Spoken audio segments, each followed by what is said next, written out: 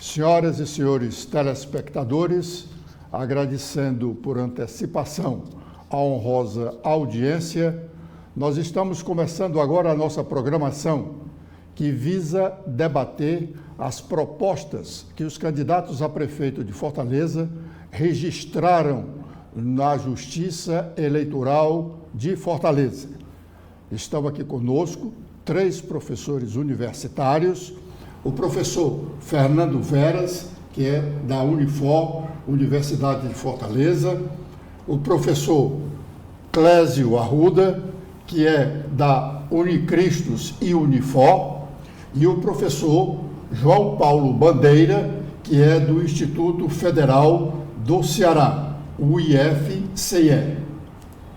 Repito, agradecendo a honrosa audiência, vamos começar a avaliação desses ilustres professores sobre a proposta de governo apresentada pelo candidato a prefeito de Fortaleza, André Fernandes, deputado federal, filiado ao PL.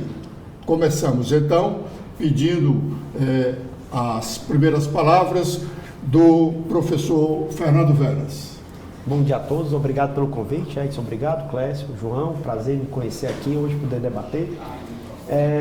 Edson, como eu tinha já lhe dito aqui antes um pouco, né, nesse nosso começo, o que mais me preocupou nesse programa de governo é que, apesar dele chegar e dizer que é um plano de governo ambicioso, eu acho que ele não teve o devido cuidado, talvez aí a vontade da juventude, eu não sei se eu posso somar isso, tá bom? Mas eu acho que faltou a ele um detalhamento, né?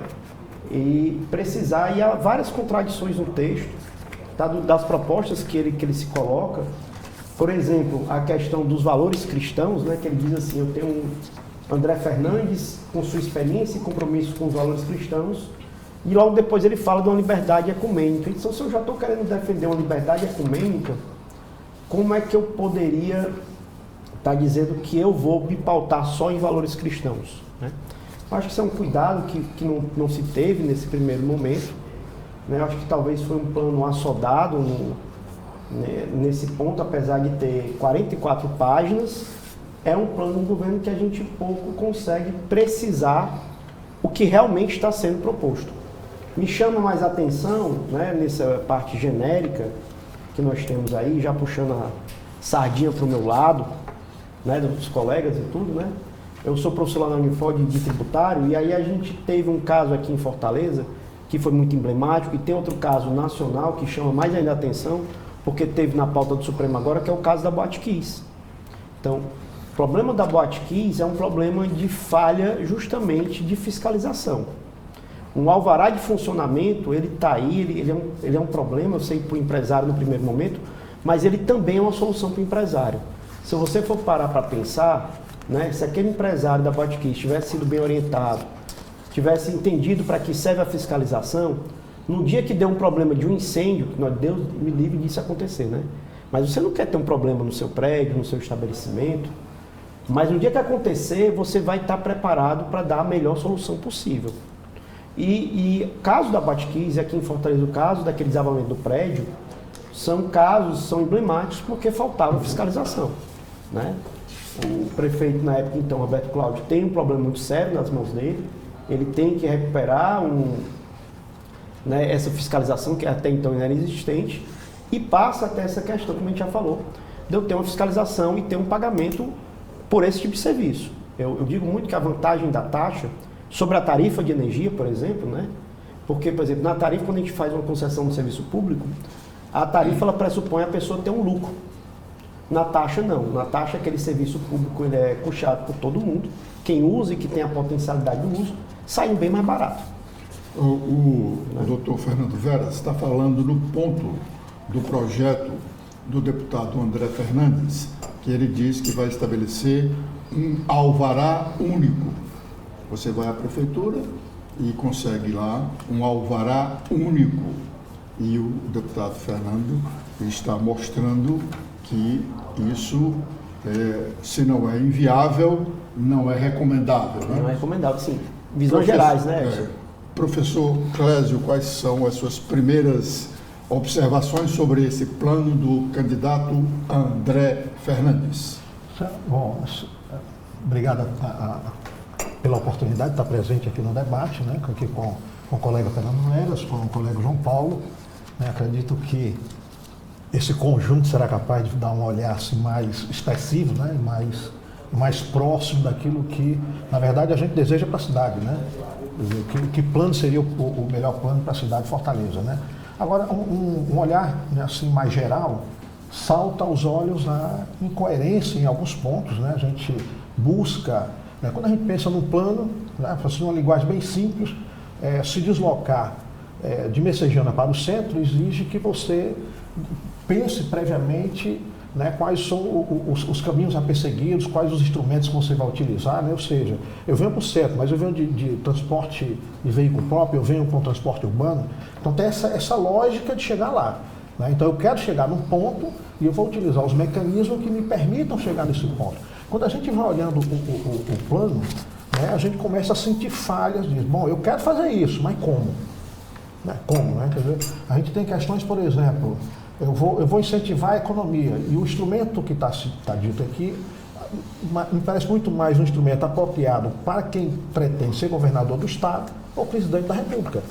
Né? Porque quando o Fernando depois pode entrar em mais detalhe quando a gente mergulhar nessa questão, mas a Prefeitura, né, cabe o INSS, o ISS, o IPTU e o ITBI, salvo engano, né? Quer dizer, então eu vou incentivar a partir de incentivos fiscais, o desenvolvimento econômico, geração de emprego. Ok, então qual a tarifa, qual o imposto que vai ser aberto mão do recolhimento, né? Quer dizer, primeiro temos que pensar dessa forma, né? Se é incentivo fiscal, né, não podemos falar de ICMS, não cabe ao município, né? O IPI não cabe também ao município, né? Então, quando a gente olha para essas questões, eu anuncio o que vou fazer. Acho que outra questão que precisa, e eu já convoco urgentemente os especialistas em segurança pública, que é algo, né, que a gente tem que se debruçar com muita tranquilidade, né?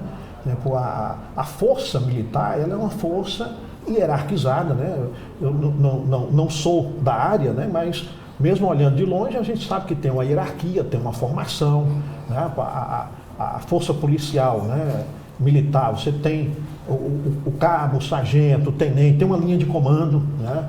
A gente tem essa organização já, né, instituída e inclusive regulada constitucionalmente, que passa pela Polícia Federal com as suas funções, a Polícia Militar Estadual, a Polícia Civil, Polícia Judiciária, e de repente tem uma proposta aqui do Romulo, salvo engano, né? É uma polícia especial que vai estar, inclusive, dito no plano, apta a atuar em situações de alto risco. Ou seja, seria algo que dá a entender que seria algo semelhante ao raio. Aí eu pergunto, se eu estou pensando nisso, primeiro eu tenho que pensar na formação desse militar. Existe uma escola preparatória para esse militar atuar? Né? Nós temos 4 anos aí pela frente. Quer dizer, vamos ter tempo de ter, em 4 anos, a preparação desse grupo, dessa força especial, né, que não é o Ronda do Quarteirão que eu estou entendendo, né? É algo para além disso. Ou então preparar o Ronda do Quarteirão para isso, né? Desvio de função, porque não é esta a função, do Ronda do Quarteirão, da Guarda Municipal, né? Desculpa aí. Guarda Municipal, inclusive constitucionalmente, tem outra função. Pode estar armada? Pode, mas para a proteção dos equipamentos da Prefeitura. Então, nesse caso aí, a gente entra em outra questão gravíssima.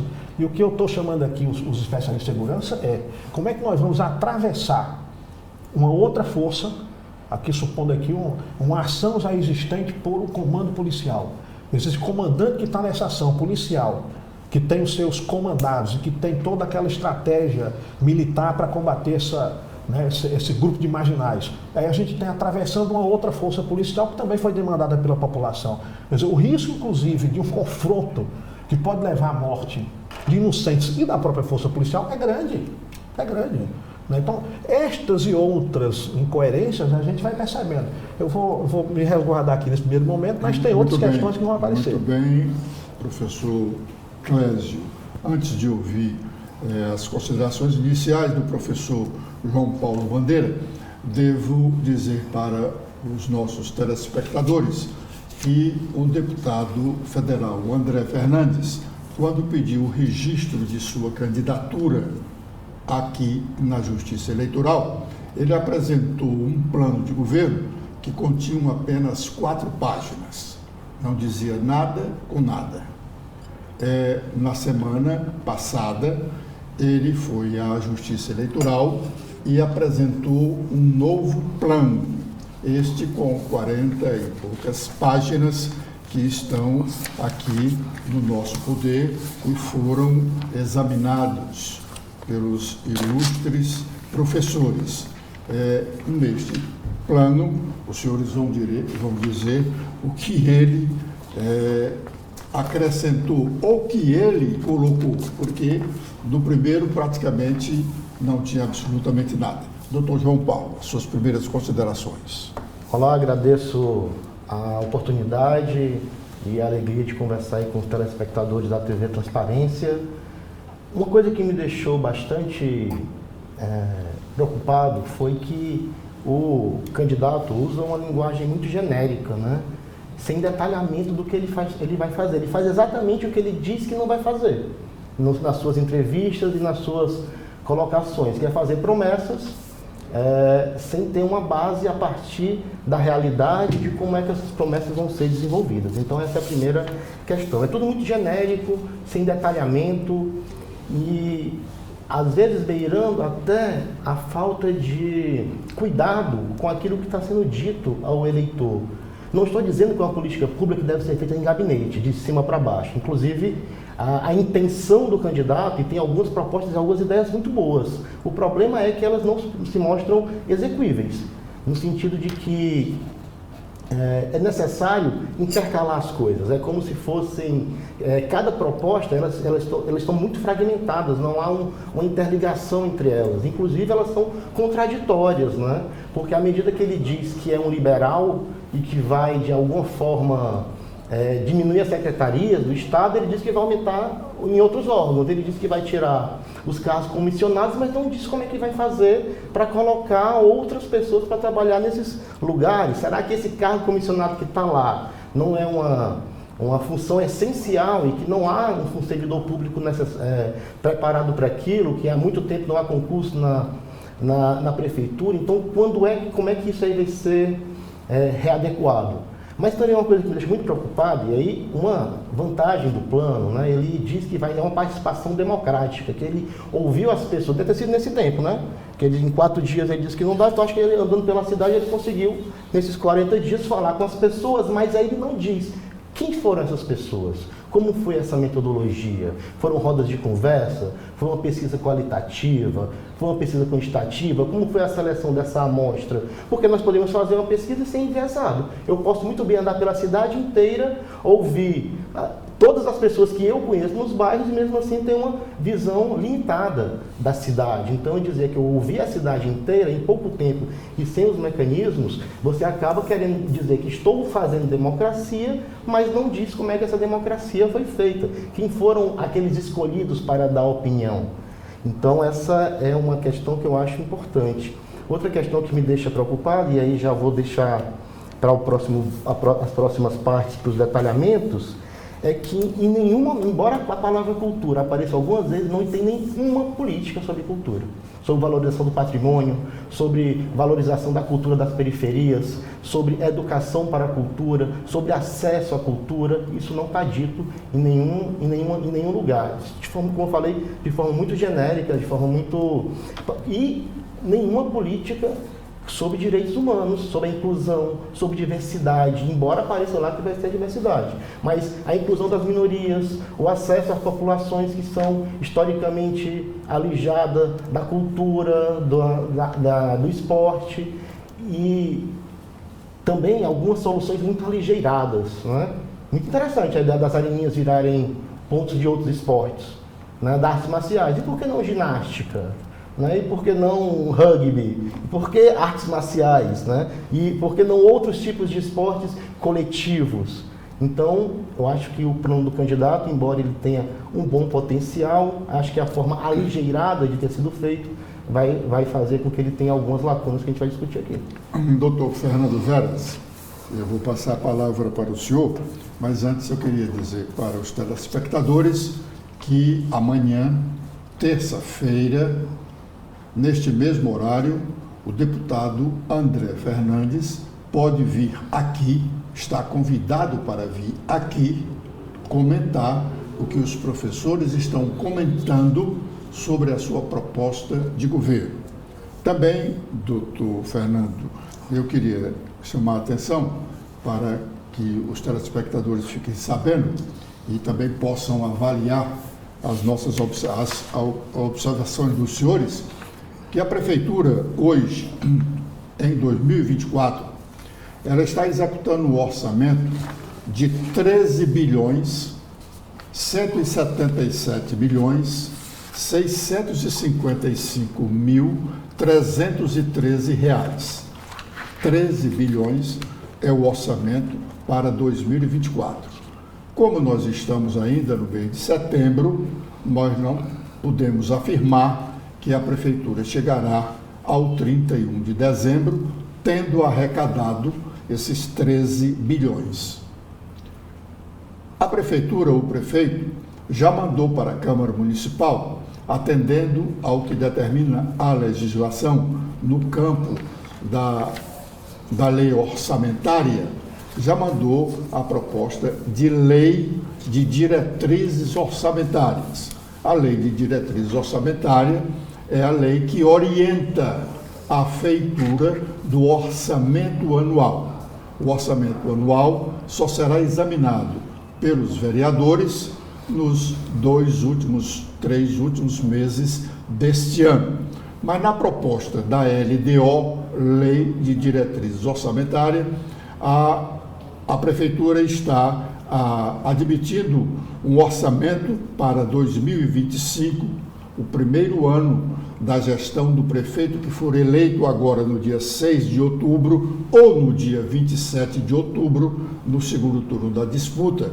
A Prefeitura está admitindo um orçamento de 14 bilhões e 300 milhões de reais. Nós apuramos aqui um gasto especial da Prefeitura, que é com a educação.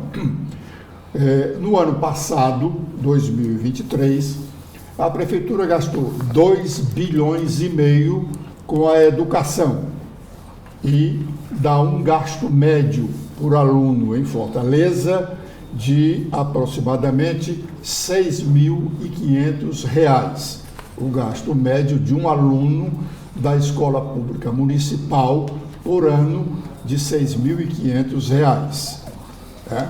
E esta é a realidade da orçamentária, sobretudo nessa parte da educação. Em 2023, a Prefeitura gastou, repetindo, 2 bilhões e meio de reais.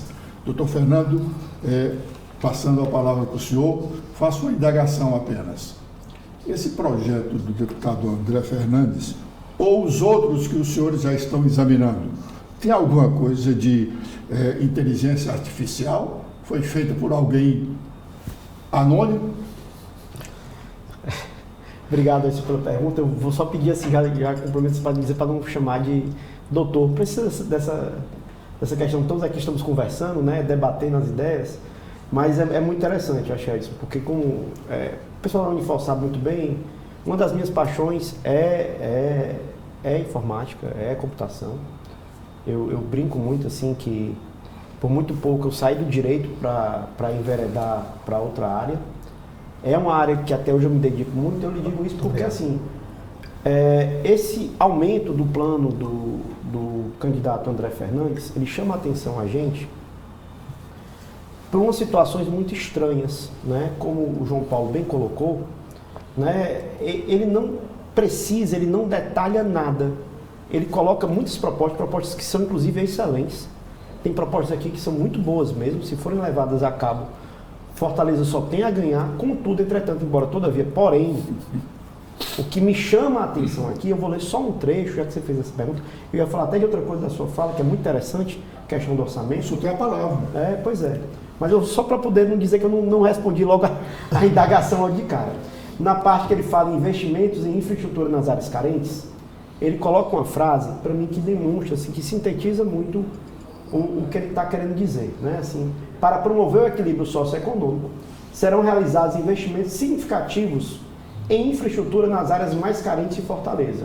Isso incluirá a construção e melhoria de escolas, hospitais, centros de saúde, sistemas de transporte público, garantindo que todos os cidadãos tenham acesso a serviços de qualidade, independentemente de onde vivam.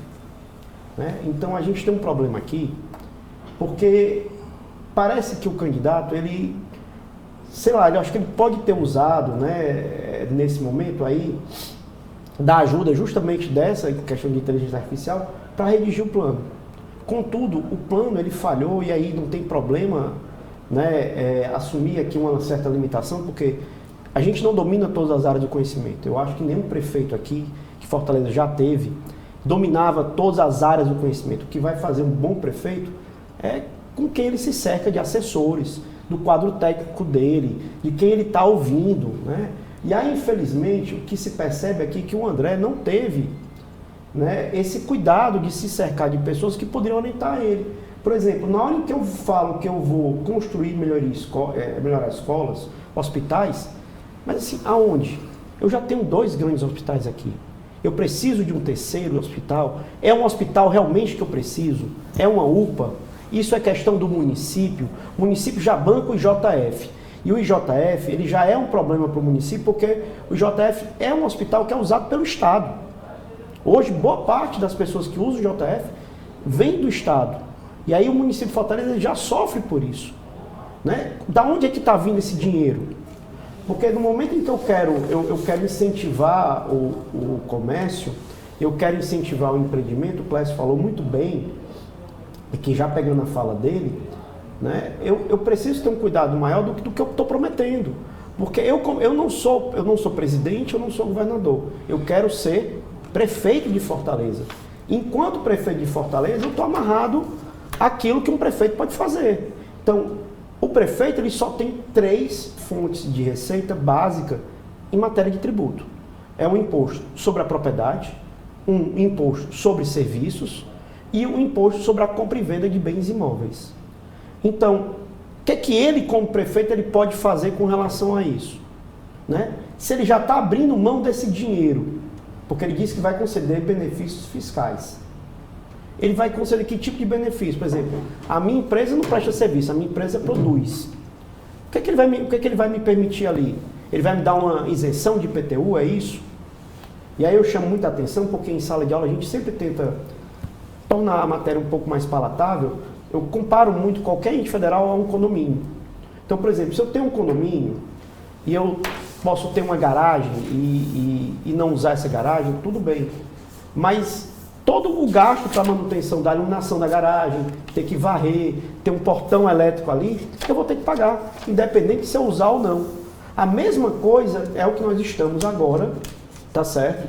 Dentro, né, de um município desse. Todos aqui contribuem para manter o município. Se alguém deixa de pagar, é igual deixar de pagar uma cota de condomínio.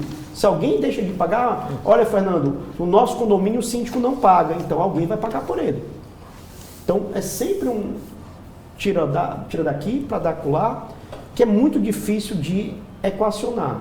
E aí, Edson, respondendo a sua pergunta de maneira mais enfática, eu acho que esse plano ele foi feito com a ajuda realmente de algum tipo de inteligência artificial. São frases muito genéricas, frases contraditórias, né? Essa questão de investimentos é porque casou com a fala do João e do Clécio. E aí a sua fala é importantíssima para a gente discutir também como é que eu quero fazer algo, como é que eu quero operacionalizar algo. Se eu estou no município, que eu estou precisando gastar 14 bilhões, né, para manter esse município. Porque eu só tenho 14 bilhões para gastar. É, só, né? Só. Mas é só mesmo. Eu brinco muito em sala de aula, porque assim, é o primeiro mito que a gente... Aliás, não é só não. Possivelmente eu terei 14 bilhões, porque ele pode não arrecadar, o ISS pode não ter isso. Não é? As transações imobiliárias podem não render o que ele imagina que vai render. Né? Isso tudo é uma projeção, né? E é muito interessante dizer isso, porque assim, a gente fala muito da indústria da multa. né? E eu digo o seguinte, olha, multa de trânsito, as pessoas acham que dá muito dinheiro, né? Mas assim, é um dado muito recente. Se for pegar, mesmo antes da pandemia, que a gente tinha um tráfego proporcional de pessoas em carros maiores, né? E a gente teve um aumento aí de 5 vezes no ano a quantidade de multas arrecadadas, mesmo esse valor tendo aumentado no ano 5 vezes, isso não era 0 ponto algo do que eu preciso de dinheiro para manter o município de Fortaleza. Então, assim, qualquer proposta dessa, para ela poder ser executível, eu tenho que pensar de onde é que vem esse dinheiro. E é interessante essa questão da educação, que a gente fala mal, mas se você for pegar, por exemplo, 6.500 por aluno.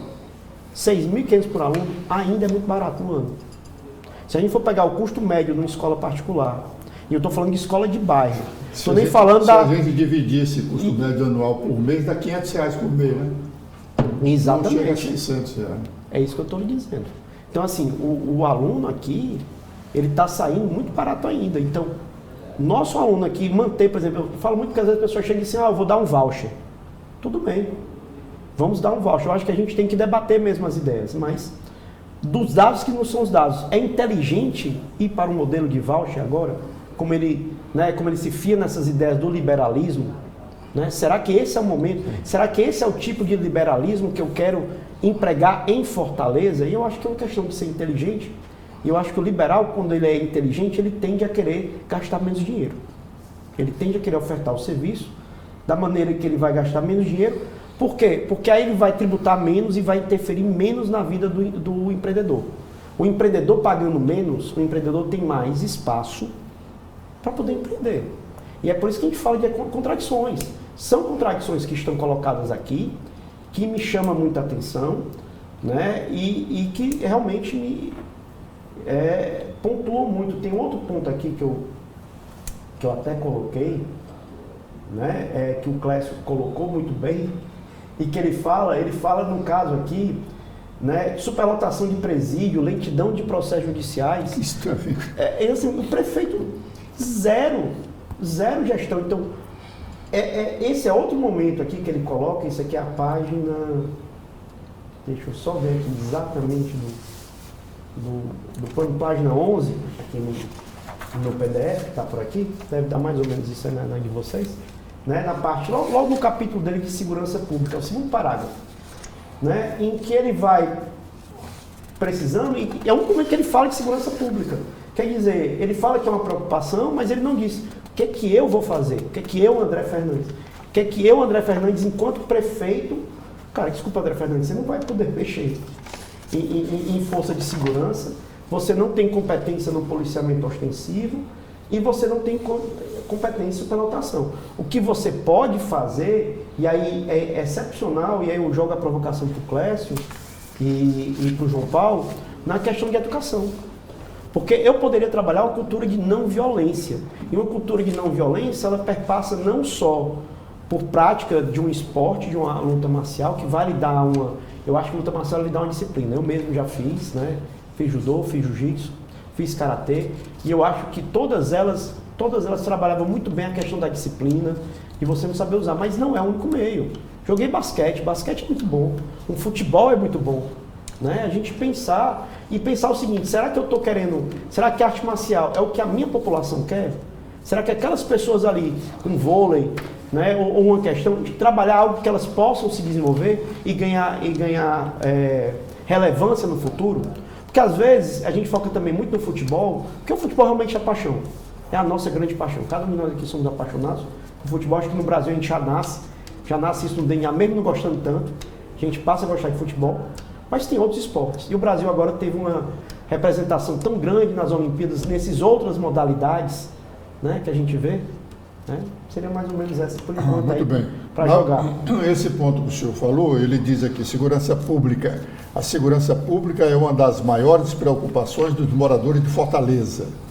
A cidade registra altos índices de criminalidade, especialmente em áreas periféricas e vulneráveis, onde a presença do Estado é menos evidente. Roubos, furtos, homicídios e violência doméstica são problemas recorrentes. que impactam diretamente a vida dos cidadãos e dificultam o desenvolvimento econômico e social da cidade. A falta de policiamento ostensivo e a carência de infraestrutura adequada para as forças de segurança contribuem para a sensação de insegurança da população. Além disso, o sistema de justiça criminal enfrenta desafios como a superlotação dos presídios e a lentidão dos processos judiciais, o que dificulta a punição efetiva dos criminosos.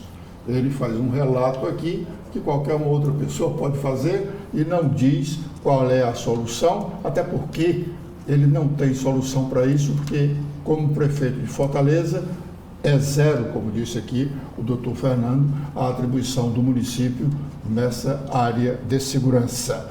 Antes de passar a palavra para o doutor Clésio, eu estou dizendo para as senhoras e senhores telespectadores que amanhã, terça-feira, o deputado André Fernandes, candidato do PL à Prefeitura de Fortaleza, está convidado a vir aqui no estúdio da TV da Transparência para exatamente comentar os comentários que estão sendo feitos por esses ilustres professores de universidades cearenses. Doutor Clésio. Bom, eu vou aproveitar aqui que o Fernando mandou a bola, né? É educação. Né? Na educação, assim, falando aqui como ao lado aqui do João Paulo, que é poeta, para dizer que eu não falei das flores, né? Ele tem aqui uma proposta interessante, que é o seguinte, né? Educação com prevenção às drogas. Ok, mas aí vem o seguinte, vamos utilizar agentes de segurança. Aí entra aquela questão da contradição, né? Que agentes de segurança são esses? É uma nova categoria de servidor público municipal? Nós não estamos falando aqui do guarda municipal, apareceu uma outra figura, aqui uma outra categoria, né? Bom, a ideia é boa, mas ela não seria de fato aqui uma função da própria guarda municipal, de qualificar a guarda municipal para isso, de fazer palestras nas escolas, que é equipamento municipal, né? Quer dizer, a ideia é boa, a execuibilidade é que é impraticável. Eu vou reduzir custo, eu vou abrir mão de tarifas e impostos, e vou criar aqui um grupo de trabalho, né? Que aí a gente pega, né? De onde vem o recurso, né? Uma outra questão, aí eu acho que é até muito mais grave, aí a gente entra o seguinte, tem uma proposta de modernização das escolas, né? Inclusive com alteração, alterando as disciplinas, né? E aí, nessa alteração da disciplina, eu queria levantar algumas questões, né? Novamente, aquela incompatibilidade. Às vezes o projeto parece que está colocando, né, para que a solução seja para o Estado. Ao município, a gente está com o jovem, a criança de 6 ao adolescente de 14 anos, né, o ensino fundamental. Aí tem a proposta de qualificar para o trabalho do século XXI. Aí disse, olha, candidato, é o seguinte, o século XXI, que nós já estamos, extremamente tecnológico, cada vez mais tecnologizado, ele precisa que a criança tenha mais tempo na escola. Então, a qualificação para o trabalho, que a partir dos 14 anos já é possível com o jovem aprendiz, ou seja, o município trabalha com a criança dos 6 aos 14, aos 14 essa criança está indo para o Estado, que aí sim, ok, cabe a ele essa formação paralela de qualificação profissional. Para uma tecnologia cada vez mais exigente de criatividade, de inventividade, o que é que a gente tem que trazer para o ensino fundamental? Outros conteúdos que desenvolvem essa capacidade criativa. É isso que a gente tem que pensar com relação à educação, né? Então a gente tem aqui, né, uma outra contradição, que é a saída de fato, né, no diagnóstico, que embora não tenha números, que é fácil de conseguir, há uma fuga, né? Os alunos, quando saem do ensino fundamental para o ensino médio, a gente tem aí algum grupo de alunos que não passa. Quando a gente vai verificar do primeiro ano do ensino médio para o segundo, tem outra queda. E essa queda é justamente porque a gente tem ainda entre nós uma cultura do trabalho que leva jovens, adolescentes, a serem pressionados, principalmente nas famílias de baixa renda, a ir para o trabalho. E a gente tem aqui a proposta que vai reforçar, na verdade, a evasão escolar. Não o contrário. de segurar a criança, né? Segurar o adolescente e a criança, né? Então essa transição ela deve ser trabalhada de outra forma, né? A gente tem aí já um plano do governo federal, né, que está sendo adotado, que é um recurso justamente para evitar a evasão. Então, se o caminho é este, né, então vamos pensar, se é para segurar o aluno, vamos pensar em instrumentos que de fato viabilizem a permanência do jovem na educação com qualidade. Os colegas estavam falando aqui do esporte, né? Vamos falar do esporte, falar de arte, falar de cultura, né? Traz isso para esse garoto, que é para criar justamente essa capacidade intelectual cognitiva, capaz de fazer com que ele aprenda mais nos anos restantes do ensino médio, assim como são as crianças da classe média. Podemos fazer isso a partir do ensino fundamental, dar esse aparato de conhecimento para que a gente tenha esse avanço, né? Então, novamente, aquela questão da incoerência, né, das contradições. Eu vou fazer isso, mas na hora de fazer, os instrumentos são inadequados, levam inclusive para outros resultados, né? Aqui, bom, se eu tivesse diante não de um plano, mas diante de uma dissertação de mestrado ou uma tese de doutorado, eu mandava voltar para a revisão, né? Porque tem uma grande incongruência aqui nesse ponto. Tem uma outra questão aqui, aproveitando aqui. O senhor pode evitar não mandar para revisão, mas pode reprovar. Reprovar também, pode reprovar, né? É possível, certo? Só para passar a palavra para o João Paulo aqui, eu queria pegar aqui nesse ponto que ele trabalha educação junto com saúde, né? E na questão da saúde, entra custos, novamente custos, né? Principalmente que ele vai criar aqui a Casa do Autista e o maior complexo neurosensorial da América Latina em Fortaleza, né? E, bom, se a gente vai ter recursos para isso, né? Ou se, pegando a ideia de criar esse maior complexo, que ele fosse mais amplo, né? Porque a gente tem outros aspectos também que a discussão com o pessoal da área de psicanálise pode levantar e dizer, olha, não é só essa questão não, tem mais essa e essa e essa. São os neurodivergentes hoje, né? Perfeito, que a gente né? coloca todos eles, né? E aí até a terminologia já se mostra inadequada para os dias de hoje, que não se fala mais de autismo, né? Se fala do TEA, né? Eu estou no espectro, né? E aí o espectro ele alcança outras situações. Perfeito. Já mostra um descompasso muito grande. Então, quando você vai entrando no detalhe, aí você vai percebendo nessas incompatibilidades. Como, por exemplo, eu olho para o plano que tenta reduzir gasto, cria, né, a ideia de novas unidades, inclusive uma nova, né, que nós não temos. Aí a gente tem aqui nada relativo, por exemplo, à atenção primária. Ou seja, aquilo que vai justamente evitar que haja a demanda pelo profissional especializado, né? Eu talvez pela própria idade do candidato, né? Mas nós tivemos aqui algo que parece ser assim simploríssimo, né? Quando a gente teve aqui uma governança, né? Foi uma governança inclusive premiada por essa questão que era o soro caseiro, a mistura de sal com açúcar jogada ali na água, que levava para as famílias, para as crianças, reduziu a mortalidade e a morbidade infantil enormemente, né? Inclusive premiado. Ideia do Dr. Carlinhos Lavô. Dr. Carlinhos Lavô, secretário à época de saúde do Tasso Gereissati, né? Ou seja, assistência lá na casa, né? Hoje a gente tem muito mais tecnologia, muito mais conhecimento, inclusive os recursos não são aqueles que foram de lá. Então, o foco está errado, né? O foco tem que ser esse, então, aí ao candidato, né? O caminho também aqui novamente está invertido. O caminho escolhido aqui vai aumentar custo. Se ele tem um caminho voltado para a atenção primária, aí você reduz custo. Doutor João Paulo.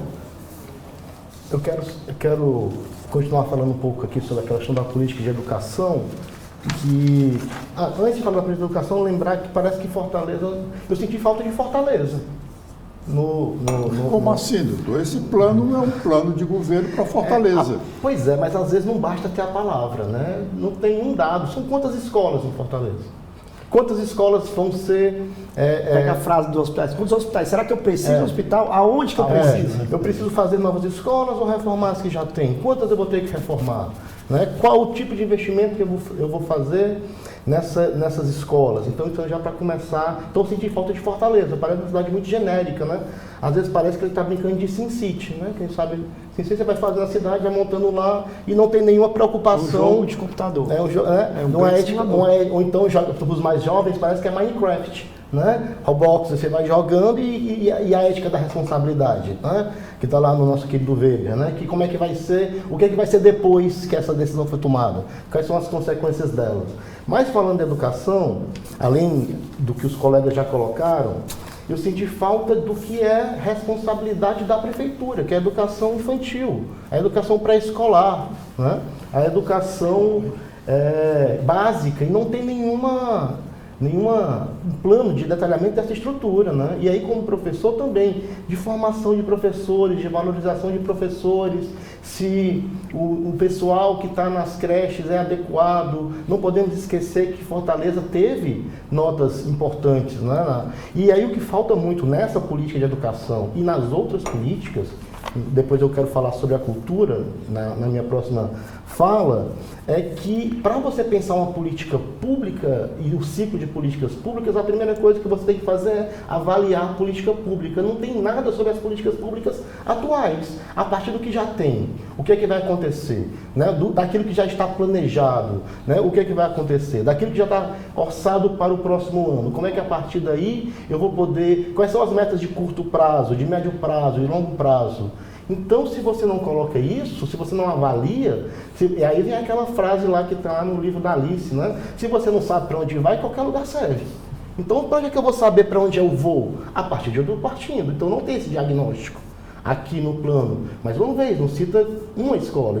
Inclusive, a questão, inclusão digital, ok, mas e a infraestrutura para essa inclusão digital? Né? Como é que vai ser a construção, o próprio uso de IA? Nada contra o uso de IA, tem que saber, mas tem que saber, não dá para mandar a IA fazer, tem que dar as ordens certas. Né? Então fica uma carência de proposta muito grande, principalmente para os professores, né? Uma desconexão e para a educação infantil, né? O número de creches, como é que está pensando essas creches, e aí falta articulação com cultura, com esporte e com outras áreas, né, do governo. Então parece muito a falta de, não só de viabilidade econômica, mas também de viabilidade de própria execução. E volta à questão, educação não é muito mais difícil do que as outras áreas também, não que as outras não sejam importantes e difíceis de falar. Mas e a evasão? Qual é o número de evasão das creches? Né? Quando os meninos saem do 9º ano, lá no Instituto Federal, eu recebo muito desses alunos da prefeitura. Eles saíram alfabetizados? Eles sabem realmente fazer as operações básicas do ensino fundamental? Não, são quantos? E o que é que precisa para poder readequar aquilo que é necessário aos níveis exigidos pelas metas? Portanto, é importante o candidato, quando for rever o seu plano, trazer Fortaleza para o plano, que está faltando. Bom, nós estamos aqui, os professores João Paulo, o professor Clésio e o professor Fernando Veras estão discutindo a proposta de governo apresentada pelo deputado André Fernandes à Justiça Eleitoral, ele que é candidato a prefeito pelo PL. Amanhã, terça-feira, o deputado terá este mesmo espaço aqui no estúdio da TV da Transparência para comentar sobre os comentários desses ilustres professores. Doutor Fernando Veras. Pronto. Só para também complementar a questão de segurança que a gente estava falando, né, para não dizer que também ele não propõe nada, ele propõe um programa de vídeo monitoramento, né, e reconhecimento facial. Em que pese toda a discussão que isso já causou lá fora, nos Estados Unidos, etc., de novo, eu acho que ele não percebe que para qualquer proposta dessa, tudo isso tem um custo. Isso tem um custo muito grande e ele, ao mesmo tempo que ele faz essas propostas, ele lança aqui na parte de economia, tecnologia e inovação, programa Fortaleza Empreendedora. Ele diz assim, será lançado um programa que oferecerá microcrédito. Aí eu pergunto, da onde é que vem isso? Porque assim, ele querer lançar, excelente. Microcrédito é algo importantíssimo. Né? A gente tem até aqui O Banco do Nordeste tem isso. Isso, né? Exatamente. Tem vários bancos, tem startups que tentaram, né? Algumas com mais sucesso, outras com menos. Né? Mas assim, da onde é que ele quer fazer? Eu só colocar no papel, né? Ele vai tirar dinheiro da onde? É o próprio município Fortaleza que vai dar o dinheiro, ele vai dar, sei lá, vou dar R$2.000, eu vou dar R$1.000 para a pessoa empreender, né? Ele ser um microempreendedor individual. Né? Da onde é que eu vou fazer isso? Para que eu vou fazer isso? Já existe isso algo aqui em Fortaleza? E aí, de novo, casa com o que o colega João Paulo falou. Quer dizer, eu já tenho um programa em Fortaleza, eu tenho um bairro em Fortaleza que tem um programa de microcrédito, que é modelo para o resto do país e muito ovacionado ao redor do mundo. Quer dizer, nem para dizer, olha, eu vou dar uma olhada nesse programa que já existe, eu quero ampliar, vou fazer uma parceria, eu vou tentar isso em algo dentro da minha comunidade, não. E aí logo depois ele passa também para incentivos fiscais para empresas locais. E aí ele parece de novo que ele se confunde, né? Que a competência dele enquanto prefeito não permite ele a conceder um incentivo para uma empresa que está comercializando, porque o imposto do comércio, a tributação do comércio é do Estado. E com a reforma tributária que foi aprovada no passado, em alguns anos, né, e ainda, caso ele seja eleito, no final da gestão dele, nós já vamos estar vivendo a transição, operacionalizando a junção do imposto do comércio com o imposto de serviço. Em que Ele pode até fazer concessão, se a Câmara Municipal autorizar, ao profissional liberal, no caso do ISS. Isso, do profissional liberal. Mas aí a gente está falando... A empresa não quer. E assim, eu quero saber, mas o que mais gera emprego são o quê? Comércio e indústria. O que é que qual é o incentivo fiscal? A não ser o IPTU. Será que o IPTU é algo que realmente vai ser? E aí, de novo, a questão da inteligência. Será que eu vou deixar de cobrar o IPTU e esse cara vai vir para cá? Ou deixar de cobrar o IPTU é justamente o que faltava para aquela empresa atingir um novo patamar? Ou eu estou criando uma dívida para o município? Porque essa dívida, na hora que eu faço, eu vou ter que pegar dinheiro emprestado. E dinheiro emprestado, todo mundo sabe é banco. E aí depois do Maluf que é banco mesmo, né? Depois que o Maluf quebrou ali São Paulo, o Estado de São Paulo, a gente teve a emenda à Constituição para isso, né? Para essa questão dos títulos da dívida pública. Então não é à toa que todo prefeito se orgulha em dizer que conseguiu um financiamento internacional. Porque hoje o trâmite burocrático para você conseguir esse financiamento, para poder ter esse tipo de verba, é muito importante, é algo que é difícil, que para o prefeito conseguir isso realmente é dele fazer propaganda, porque ele está provando que vai pagar. E ele é muito fiscalizado. Né? E são esses pontos que, como o João Paulo disse, cadê Fortaleza? Qual é o benefício que Fortaleza está precisando? Por exemplo, ele fala muito do turismo, mas ele não fala mais depois do turismo. O que é que a indústria do turismo em Fortaleza está precisando? O que é que a gente precisa para voltar a ser aquela capital? Né? E, inclusive, essa questão é muito interessante, porque se ele quisesse mesmo ampliar a segurança, ele diz, cara, eu tenho aqui áreas que são áreas de turismo, e aí, primeira questão prática que ele podia ter resolvido, e proposição era o quê? Eu vou requalificar aqui a Guarda Municipal para trabalhar com maior esforço nessas áreas de turismo, para que aquela pessoa que está aqui se sinta mais segura, possa vir para cá com mais segurança, né? E ele fala até uma frase que é muito bonita, que também não disse como, mas que é primordial. Trabalhar com coordenação com Estado, né? Estado e União. Fica difícil pensar no André candidato trabalhando com coordenação com Estado e União nesse tom de críticas que ele faz.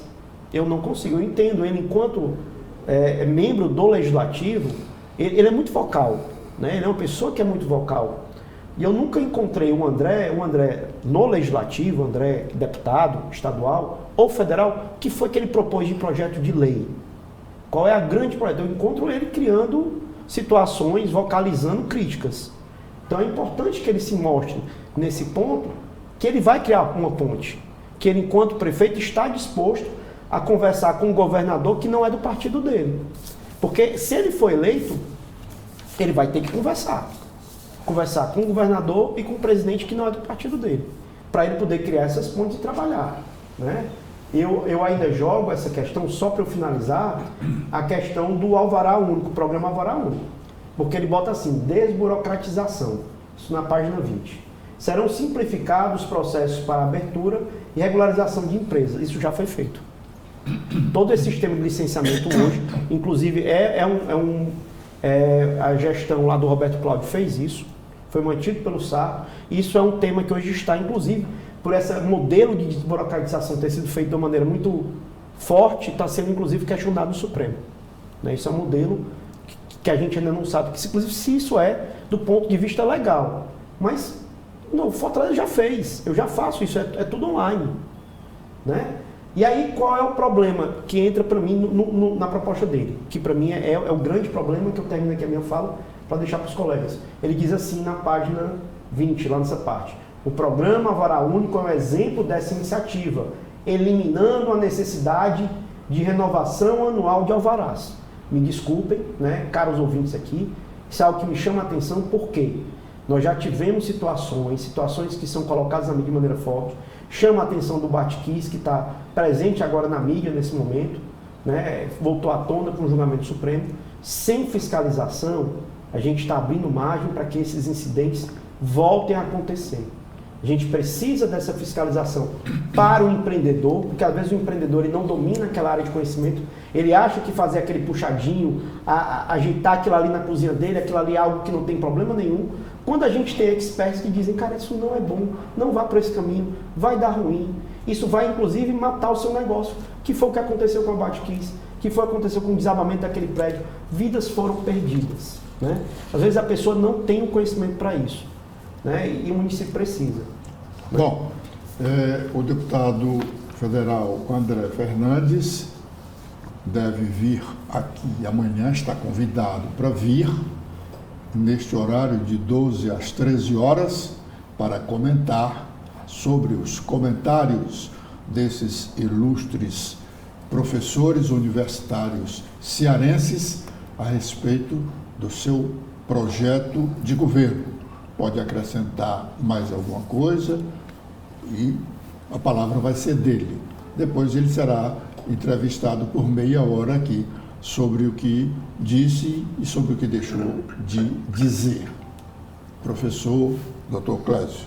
Bom, eu vou caminhar aqui para uma outra questão, né? Começando aqui pelo lado positivo, né? Que é a revitalização das ruas com calçadas para acesso, né, aos cadeirantes. Muito interessante, muito boa, né? Eu acho que é algo aí que não é uma novidade, a gente já tem isso na cidade, né?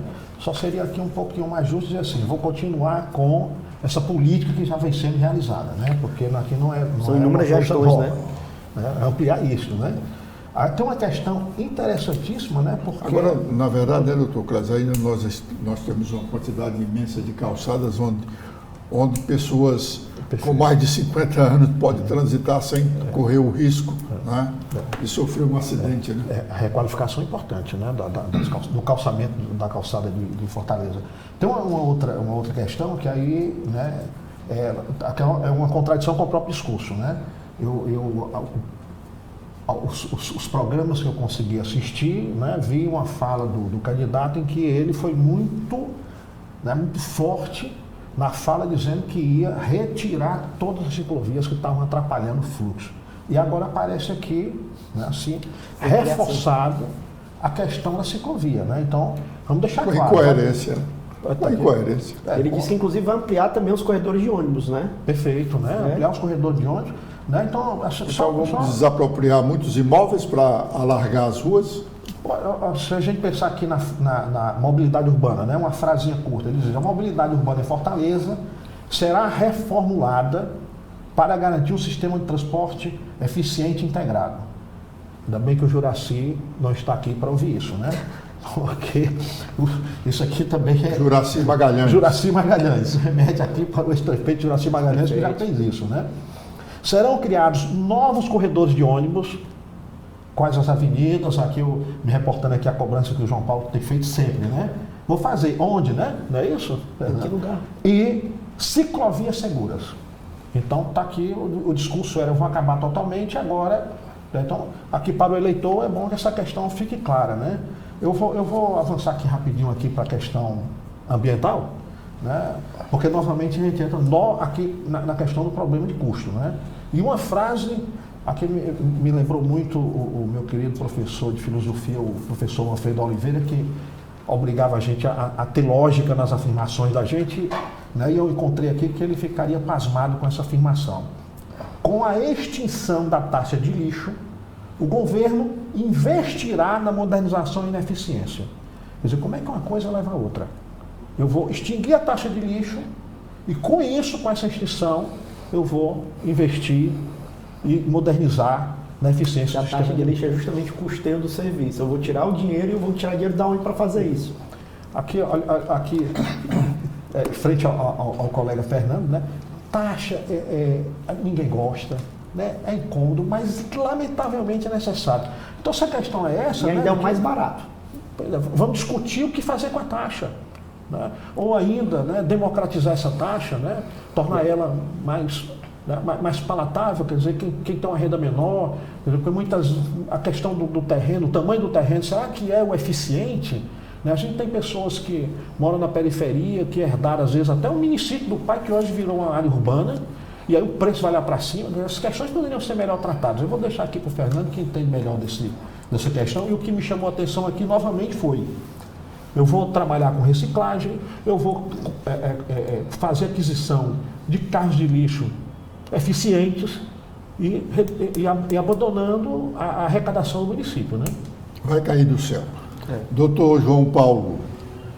Eu quero pontuar, só voltar à questão, faltou detalhamento, mas também faltou conceito, alguns conceitos que nem são conceitos tão novos, né? Por exemplo, quando vai falar de turismo, questões que são já contemporâneas, o ecoturismo, o turismo sustentável, como é que vai ser a atração de turistas. Muito boa a ideia do ônibus que vai rodar pelos pontos turísticos, né? Mas falta como é que vai ser essa atração de turista, qual é o tipo de turismo, é turismo de negócio, é turismo de aventura. E Fortaleza, né, tem uma boa estrutura, né, de turismo, mas isso não é em nenhum momento ele é colocado. E aí falando como liberal, as parcerias público e privado, né, como é que vai sair essa questão aí nas empresas, não vai ter esse diálogo com o turismo.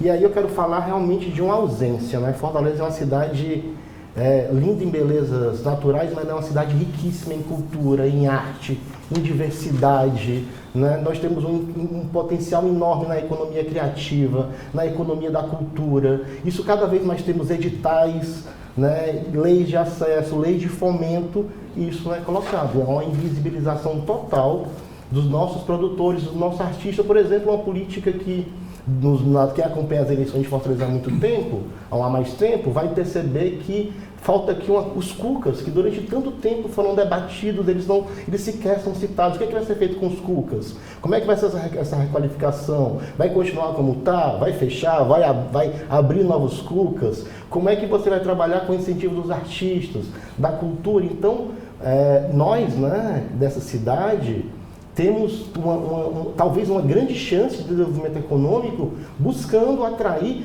a cultura que é feita nos territórios, nos conjuntos habitacionais, os nossos jovens, né? Nós temos aí tantos exemplos de cultura digital produzida na cidade de Fortaleza, e isso de algum modo não aparece, né, no plano. Eu acho que o André poderia olhar isso, e também, e já incluindo a diversidade, né? Não tem nada sobre política de direitos humanos.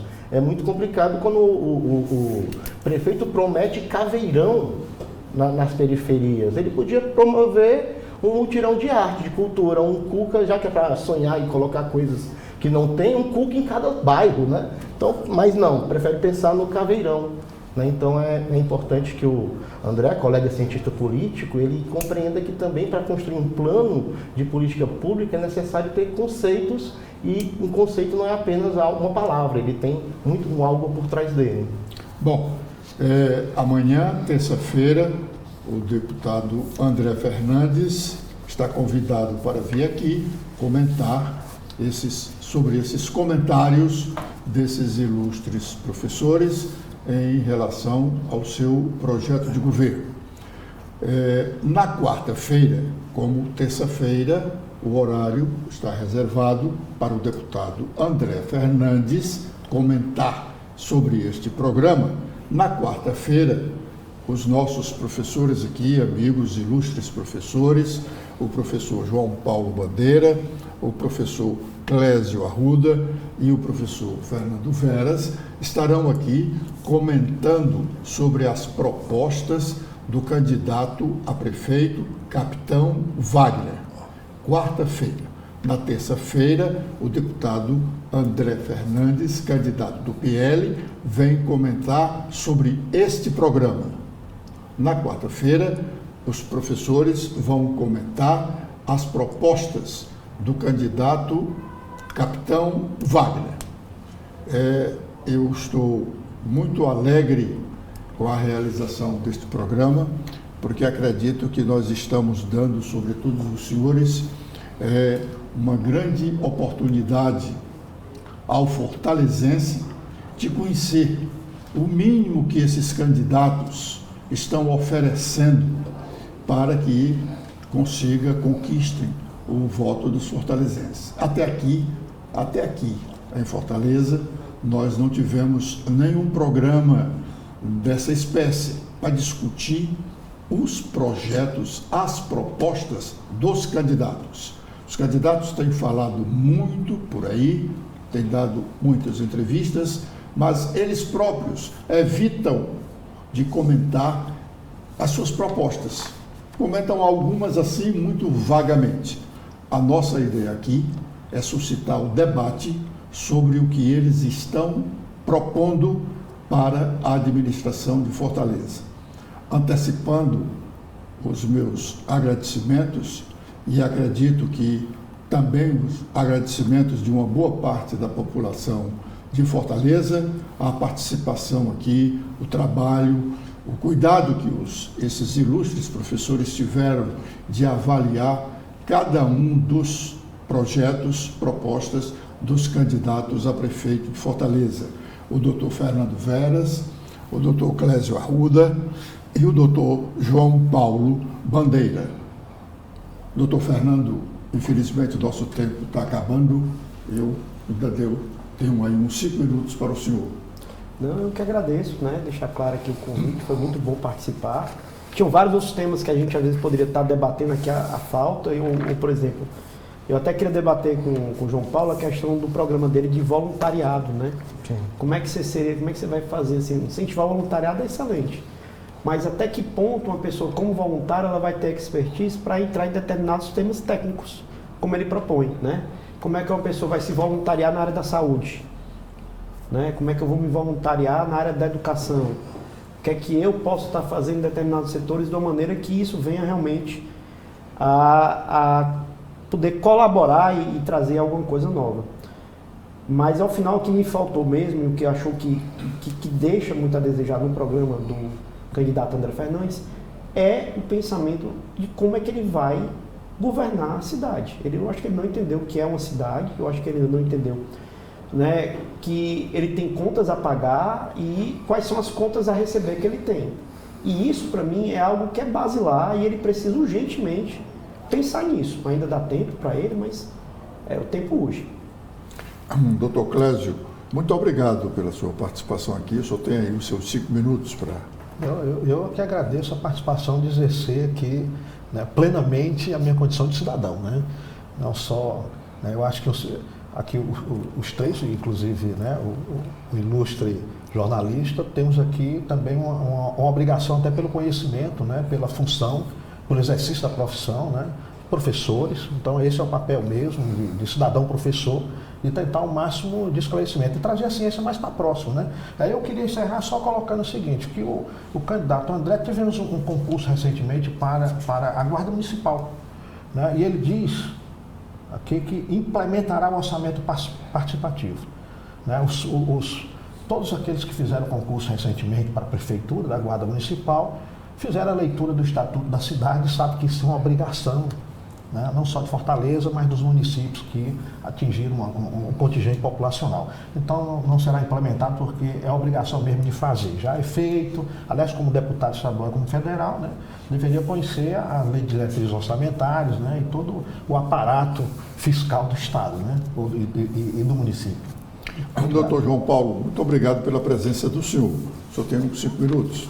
Quero agradecer a oportunidade, agradecer aos colegas, né, à TV da Transparência, por abrir esse momento onde a gente pode discutir a cidade de forma tranquila, de forma refletida e colocando aqui algumas sugestões para que o candidato André consiga ter um plano de governo mais interessante, né, mais condizente com os anseios da população, que ele pense em políticas mais robustas de inclusão, de LGBTQIA+, né? Como é que vai ser isso? Não apenas no sentido de educação, mas de oportunidade de renda, oportunidade de trabalho, que ele também faça uma discussão nas questões étnico-raciais, o combate ao racismo, a educação antirracista, e aí a cultura e a arte, né, como esse meio de transformação social,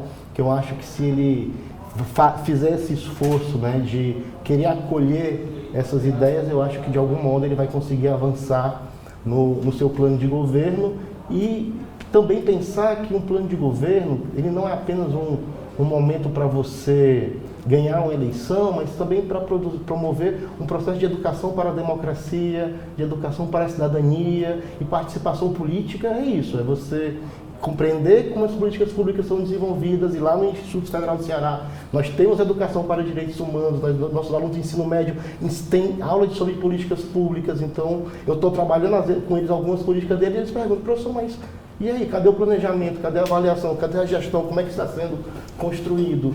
Então a educação não é mais a mesma, né? A geração Z, a geração Alfa, eles estão muito ligados nessas questões todas, até porque eles aprenderam a construir cidade jogando videogame e eles sabem que uma cidade não é um videogame. Renovo os agradecimentos às senhoras e senhores telespectadores, lembrando que amanhã este espaço está reservado para o candidato deputado federal André Fernandes, e na quarta-feira esses 3 ilustres professores universitários cearenses estaremos aqui falando sobre as propostas do candidato capitão Wagner. Obrigado.